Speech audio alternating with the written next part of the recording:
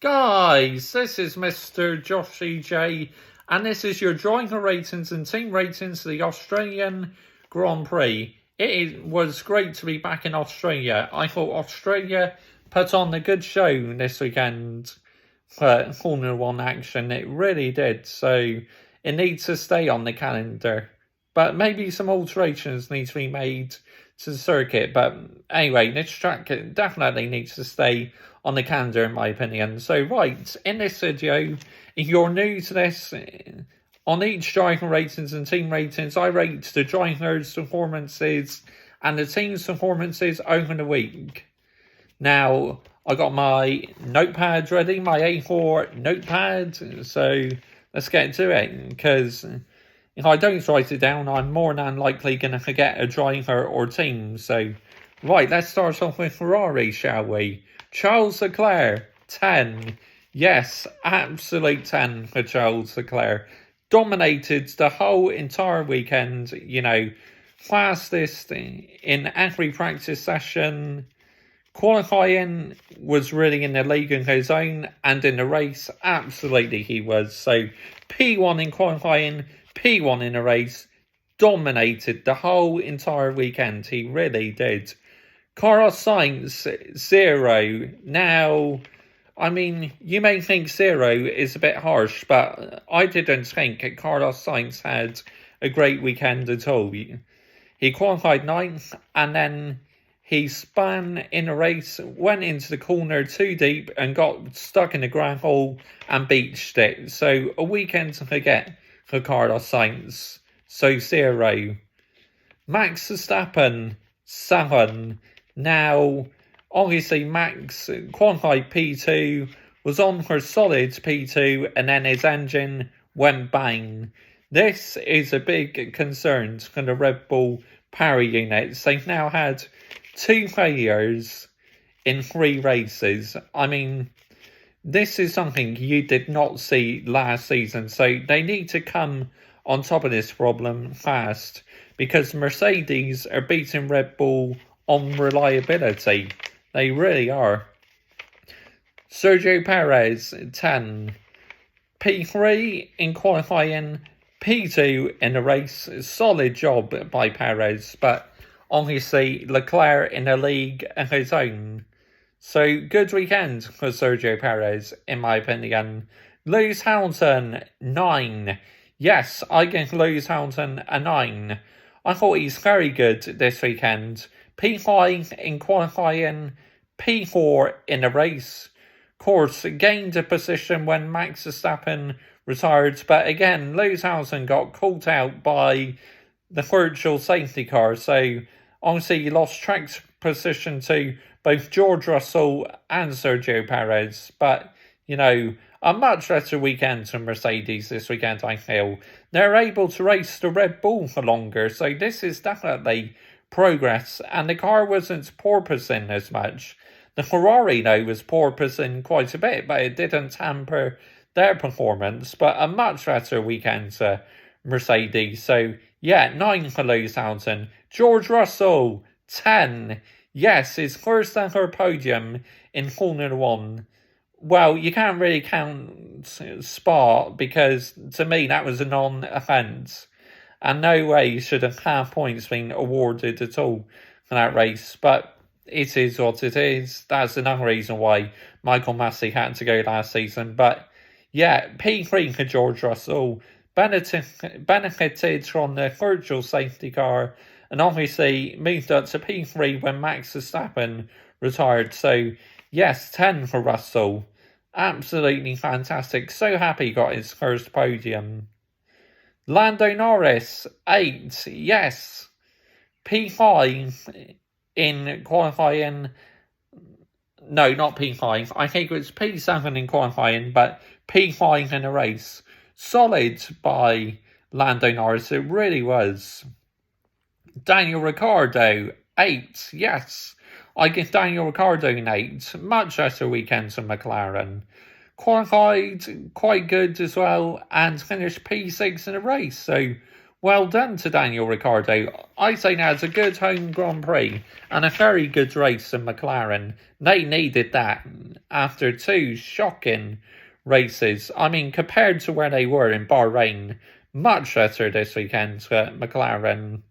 Fernando Alonso, 8. Yes, I give Fernando Alonso an 8 in the Alpine. I thought he's absolutely superb this weekend. The Fernando Alonso hold so easily could have been on the second row, but had a hydraulic issue in qualifying, crashed his car into the barrier, but gained some really solid points in the race. So well done to Fernando Alonso. Esteban Ocon, 7. Again, a very solid result at Esteban Ocon. Got some points. Now, here we go. Aston Martin. What a absolute horrible weekend for Aston Martin. They are yet to score points. They are last in the Constructors. So here we go. Sebastian Vettel, -1. His worst ever weekend in Formula 1 history. I mean, his engine went bang in FP1, crashed in FP2, and then obviously rode on a scooter without wearing gloves and wearing the helmet incorrectly, which sends out the wrong message, and then crashed in the race. An absolutely horrible weekend for Sebastian Vettel. That really was his worst weekend ever. So -1. Been out with a couple races with COVID, but you cannot excuse that. It was absolutely dreadful for the 4-time world champion. Like I said in my race review, the weekend from hell. It was awful. It really was for the 4-time world champion. So -1. Lance Stroll, 0. Yep, an awful weekend to Lance Stroll as well. Crashed in FP3, then had a strange incident with Nicholas Latifi.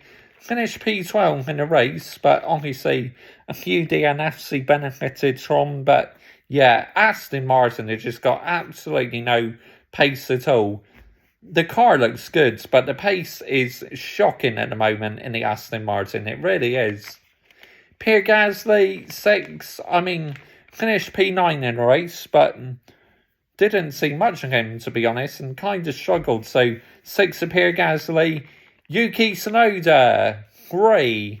Yep, P15 in the race. Shocking. His first time out in Australia, but really struggled this weekend, Yuki Tsunoda. Valtteri Bottas, 7. I mean, I believe Bottas finished P8, but his run of being in Q3 since 2017 came to an end. Because even though he struggled in the Mercedes, he actually made Q3 in every session for Mercedes. But unfortunately now it's over for him. But what a good run by Bottas, so fair play. Guan Yu Zhou, 6. Yep, I thought it was a solid weekend to Guan Yu Zhou. Believe he finished in somewhere like P11 or something. Kevin Magnussen, 3. I mean, by far his worst weekend yet. Just absolutely nowhere this weekend. Got outperformed by Mick Schumacher all weekend, Kevin Magnussen. Mick Schumacher, 5. A solid weekend for Mick Schumacher. Leclerc Latifi. Now, I hope you're watching F1 Fan Gamer. 0. Absolutely 0. I mean, what more can be said?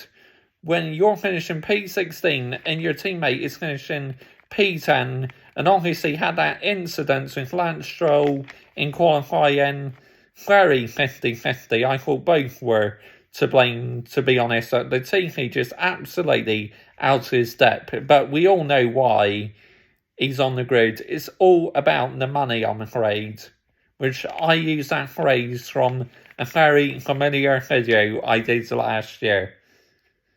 Alex Albon, 10. Yes, 10 for Alex Albon. I thought he's absolutely superb this weekend, Alex Albon. He really was. So, I mean, for ages, he's P8 in the race, or P7, but had to make a pit stop on the final lap, but still got a point. went ages on them hard tyres. That's unbelievable strategy by Williams. So it paid off because Albon got a point. So well done to him. And I know one of my subscribers would be very happy about that. Helen, who is a massive Alex Albon fan. Yeah, so congratulations, Alex Albon. Right, team ratings. Ferrari, 10. Yes, dominated the whole weekend. Charles Leclerc in the league in his own. Solid points. Such a shame Carlos Sainz retired because that would have been solid. Red Bull, 6. I mean, disappointment for them in the end. Max Verstappen retiring. That looked like a power unit failure. But Perez getting P2, so picked up some decent points still, Red Bull, but got to sort out the reliability problems. They really have. Mercedes, 8. Yes, I give Mercedes an 8. A much better weekend than them this weekend. It looked like they were going to be the 5th fastest team. Then back at Brackley or something, they must have made some alterations to the car, and it performs much better in qualifying and the race. So, yeah, 8 for Mercedes. McLaren, 8, by far their best weekend so far. P5 and P6. Alpine, 8. Yes, really good weekends them.